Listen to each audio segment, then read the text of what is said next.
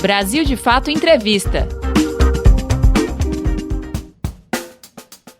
Olá, começa agora mais um Brasil de Fato Entrevista.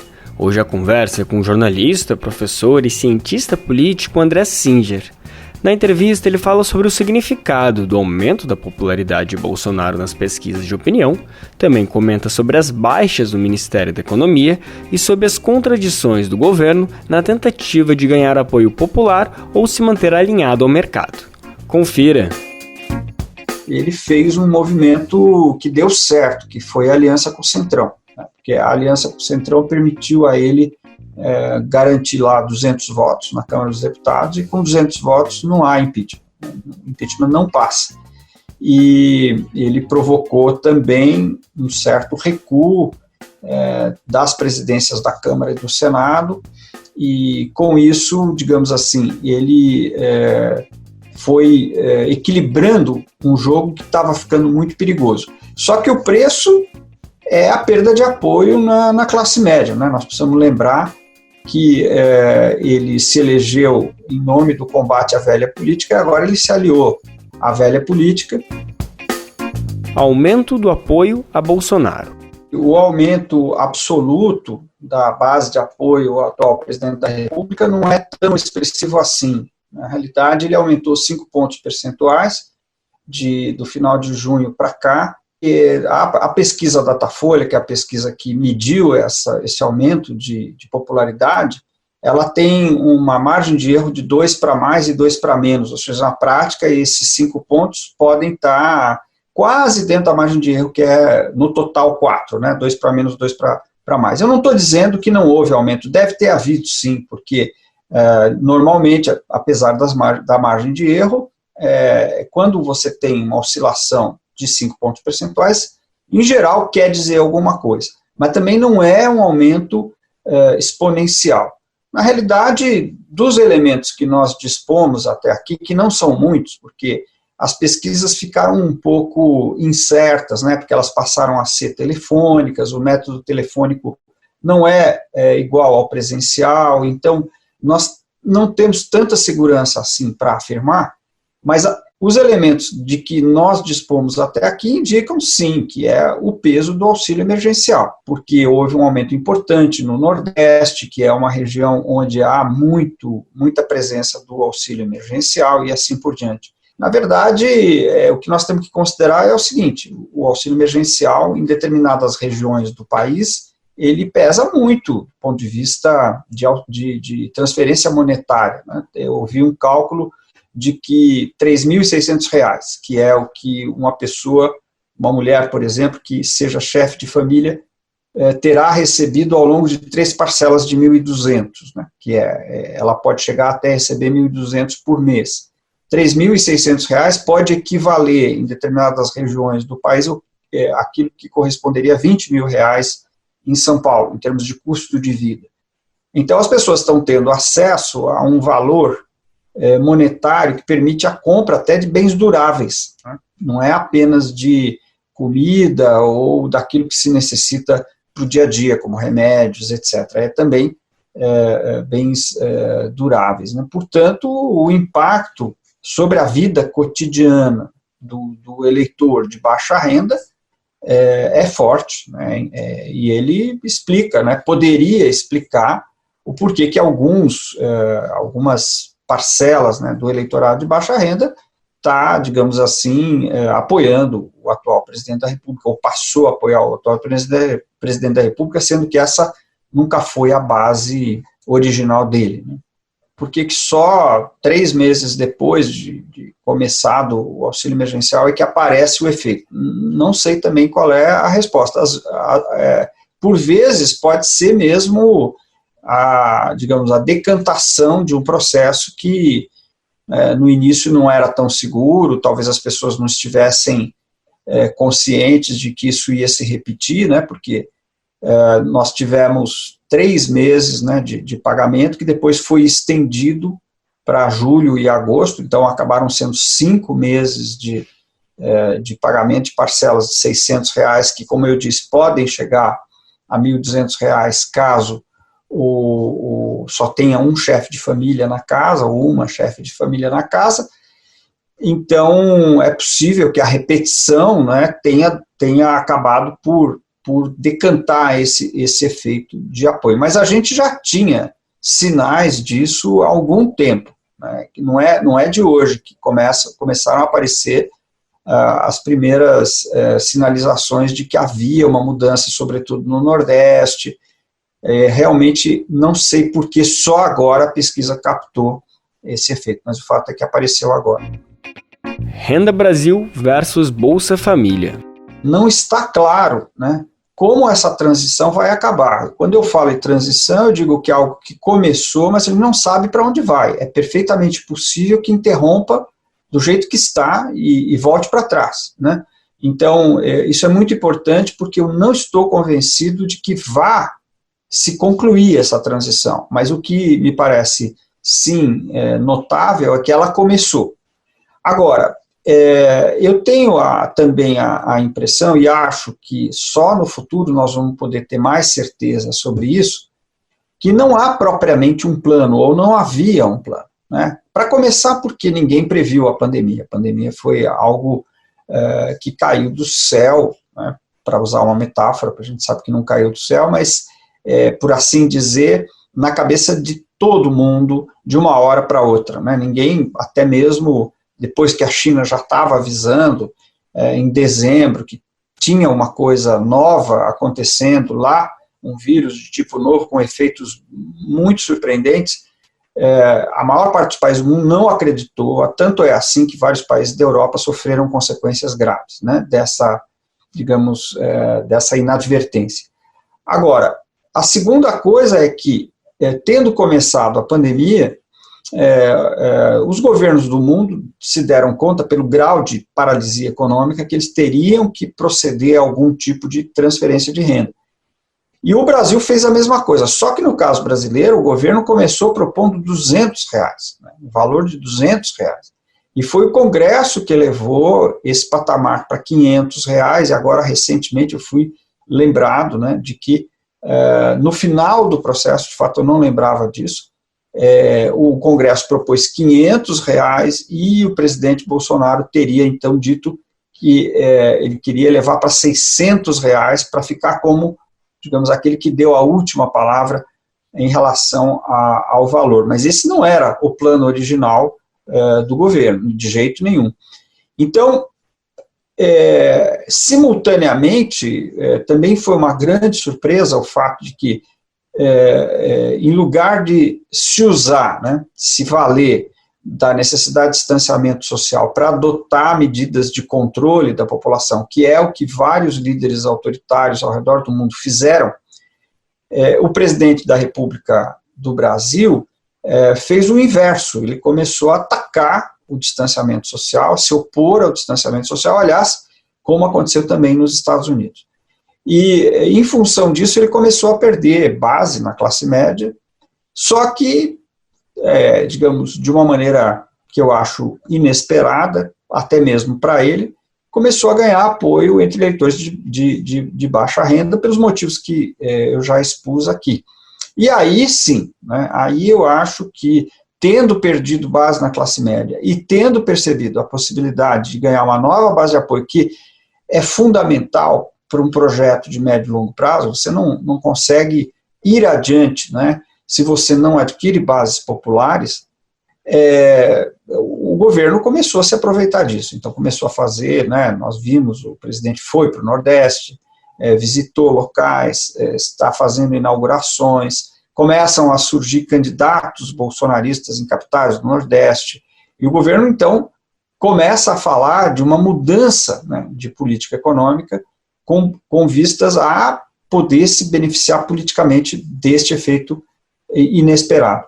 O problema é que, para fazer esse uso, ele precisará não só manter o auxílio emergencial, que não pode ser mantido indefinidamente, até porque ele é emergencial, mas precisará fazer um programa de transferência de renda significativo, e mais do que isso, precisaria colocar esse programa de transferência de renda dentro de uma concepção de retomada da economia por baixo, como fez o lulismo. E isso, definitivamente, seria uma reviravolta, a qual o mercado está se opondo de maneira veemente. Então, o governo, o presidente, terá que romper praticamente, né, com o mercado, coisa que ele diz que não vai fazer de modo algum, para realizar essa inversão, de modo que eu acho que ele terá grande dificuldade para conseguir esse objetivo. Você está acompanhando a conversa com o jornalista, professor e cientista político André Singer. Ele está falando sobre o significado do aumento da popularidade de Bolsonaro nas pesquisas de opinião. Ele também comenta sobre as baixas do Ministério da Economia e sobre as contradições do governo na tentativa de ganhar apoio popular ou se manter alinhado ao mercado. E o tema agora é justamente esse: Ministério da Economia. Esta saída de figuras do Ministério da Economia corresponde ao mercado a essa mudança de política econômica, que implica, evidentemente, aumento da dívida pública, provavelmente implicaria em romper com o teto de gastos, enfim, tudo isso que está no receituário neoliberal, que veio sendo aplicado de maneira muito radical até, desde, na verdade, o golpe parlamentar de 2016, com o impeachment da ex-presidente Dilma. Tudo isso, digamos, já começa no governo Temer e o governo Bolsonaro até se propõe a radicalizar ainda mais. Então, claro, ele está diante aí de uma força importante. Até porque, considerando hoje o grau de globalização da economia, a economia funciona ligada a cadeias de produção e cadeias financeiras globalizadas, que também dificultam muito mudanças do tipo que ele quer fazer, né? Na verdade, a gente nem sabe se ele realmente quer fazer. O que parece claro é que ele está pensando em fazer, né? E por motivos eleitorais, né? Porque ele está já olhando para 2022 e sabe que o peso que isso teria caso ele fosse capaz de operar uma transformação desse tipo. Então, o que eu acho que a gente pode dizer é que essas saídas no Ministério da Economia, chamada debandada, corresponde a essa nítida oposição que os mercados têm em relação a essa possível mudança de orientação econômica. Aliança com o Centrão. Na realidade, quando o presidente da República começa a adotar uma política de negar a importância da pandemia e de contestar a política de distanciamento social, que é a política recomendada pela OMS e que todos os cientistas dizem que é a única forma de conter o vírus, ele começa a perder apoio na classe média e também ele começa a ficar isolado no plano institucional, né, junto à imprensa, junto ao Congresso, junto ao Supremo Tribunal Federal, para citar aqui algumas instituições-chave. Só que nesse percurso, né, ele fez um movimento que deu certo, que foi a aliança com o Centrão, né, porque a aliança com o Centrão permitiu a ele garantir lá 200 votos na Câmara dos Deputados, e com 200 votos não há impeachment, né, o impeachment não passa. E ele provocou também um certo recuo das presidências da Câmara e do Senado, e com isso, digamos assim, ele foi equilibrando um jogo que estava ficando muito perigoso. Só que o preço é a perda de apoio na classe média, né? Nós precisamos lembrar que ele se elegeu em nome do combate à velha política e agora ele se aliou à velha política, e isso também, por sua vez, combina com o fato de que ele praticamente empurrou, né, para fora do governo o ex-ministro Sérgio Moro, que era uma espécie de representante, né, para a classe média da luta anticorrupção. Então, tem aí uma virada, né, uma virada sem dúvida combinaria com uma mudança da política econômica, mas eu insisto, né, aí ele vai ter que romper com forças muito poderosas e realmente, neste momento em que a gente está conversando, não dá para saber se isso vai de fato acontecer. Militares no governo.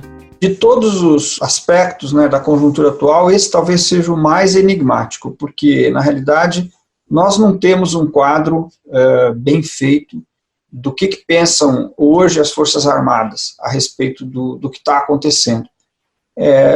O que tem se mostrado ao longo dos últimos meses, desde que começou a pandemia, é uma maior participação dos militares no governo. Ela já era grande, mas ela passou a ser ainda maior. Eu acho que o maior exemplo é o fato de que o ministro da Saúde hoje é um militar, e que os militares foram, pouco a pouco, se expondo mais, no sentido de que essa aliança com o Bolsonaro não parece ter sido uma aliança ocasional. Eu não tenho condição de afirmar, porque eu não sou especialista em Forças Armadas, mas pelo que eu leio, né, de colegas que fizeram pesquisas, aparentemente existe aí um projeto de médio e longo prazo, no qual a eleição do Bolsonaro é apenas uma parte, né? E justamente isso seria condizente, seria compatível com o que se noticia na imprensa, de que os militares estão apoiando medidas de investimento em infraestrutura e até mesmo essa possível mudança da política econômica. Porque, na realidade, seria compatível porque eles estão vendo, né, que para pensar um projeto de país e um projeto de médio e longo prazo, com essa política ultraliberal, não se vai muito longe, né? Porque, na verdade, nós estamos falando mais de uma política de destruição do que uma política de construção. Eleitorado evangélico. Sem dúvida, no momento eleitoral, né, de 2018, o fato de que o presidente Bolsonaro conseguiu fazer uma aliança com setores evangélicos importantes o favoreceu, né? Ele teve mesmo uma penetração importante no voto evangélico. Agora, de lá para cá, eu não vejo sinais de que a base, né, das confissões evangélicas, pentecostais, neopentecostais, sejam excepcionalmente bolsonaristas. Não me parece que elas que façam parte desse setor de 12%, 15% que as pesquisas mostram que seria um núcleo duro do bolsonarismo. O que existe, sim, é uma aliança sólida com determinadas lideranças evangélicas, né? Lideranças essas que, claro, elas têm repercussão, elas têm, digamos, uma audiência, né, que a gente não pode deixar de reconhecer. Agora, insisto, né, eu não tenho uma convicção, pelos elementos que estão presentes, de que a base mesmo, a base de fiéis, faça parte do núcleo duro do bolsonarismo. Ganho eleitoral nas bases lulistas. Se isso vier a se consolidar, representa digamos, uma contribuição importante, né, para a carreira, né, deste projeto político que está no poder hoje no Brasil, porque, de fato, o lulismo havia se consolidado entre os eleitores de baixa renda, sobretudo no Nordeste, e agora alguma coisa está se mexendo, né? Então, claro, ele ganha pelos dois lados, né? Ele ganha de um lado porque ele, Bolsonaro, se fortalece como possível candidato à reeleição em 2022 e também enfraquece a principal oposição, que é o lulismo. E nesse sentido, é evidente que uma mudança da política econômica teria para ele o maior interesse, e é por isso que isso está em pauta, e é certamente por isso que nós estamos assistindo a esse confronto que está ocorrendo neste momento que nós estamos conversando, né, em torno do futuro da política econômica. Agora, o problema todo é que essa mudança não dá para ser uma mudança tática, né? Essa mudança seria uma mudança realmente estratégica, que pode acontecer, não sei se vai acontecer, acho muito difícil, mas pode acontecer, e que aí traria realmente consequências, eu diria, mais profundas, caso acontecesse. projetos esquerda. A proposta do PT, em particular, essa proposta do Mais Bolsa Família é muito boa, acho que está muito bem elaborada e vem no momento oportuno. O problema é que ela, digamos assim, ela não tem força no Congresso Nacional para se impor, né? A esquerda está limitada a um setor que gira em torno de 25%, 30% da Câmara dos Deputados. E ela é significativa, mas não tem neste momento, condição de fazer maioria sem alianças ao centro, né? E essas alianças ao centro estão bastante difíceis, né? Porque uma parte está comprometida com o próprio Bolsonaro e outra parte com uma agenda bastante liberal. O problema das frentes, né, não é tanto no plano das propostas, mas é no plano da unidade, porque eu acho que vem se construindo uma unidade social, né, muito ampla, e que eu acho que é talvez o elemento mais promissor, né, da conjuntura, porque vai, pouco a pouco, também não é um processo nem rápido nem simples, mas vai se construindo um consenso, né, em setores da sociedade civil de que é preciso barrar o processo de autoritarismo e de desmontagem, né, do Estado de bem-estar social, etc. Sobretudo do autoritarismo, né? Esse consenso é mais nítido. Mas ele não tem se traduzido em unidade entre os partidos, que eu acho que, de fato, não é fácil, porque as diferenças programáticas são muito grandes, né, entre os setores liberais e os setores de esquerda, mas também não se traduz numa unidade dos partidos de esquerda, por exemplo, no processo eleitoral, né, que eu acho que seria muito importante que acontecesse, porque, na realidade, nós temos aí uma eleição municipal que vai ter impacto sobre o quadro nacional, como sempre tem, sobretudo nas grandes capitais, e a gente vem assistindo uma dificuldade, né, dos setores de esquerda de formarem chapas unitárias que possam garantir a presença no segundo turno. Então, eu penso que, eu acho que as propostas existem, os programas existem, o problema é construir os instrumentos políticos que possam dar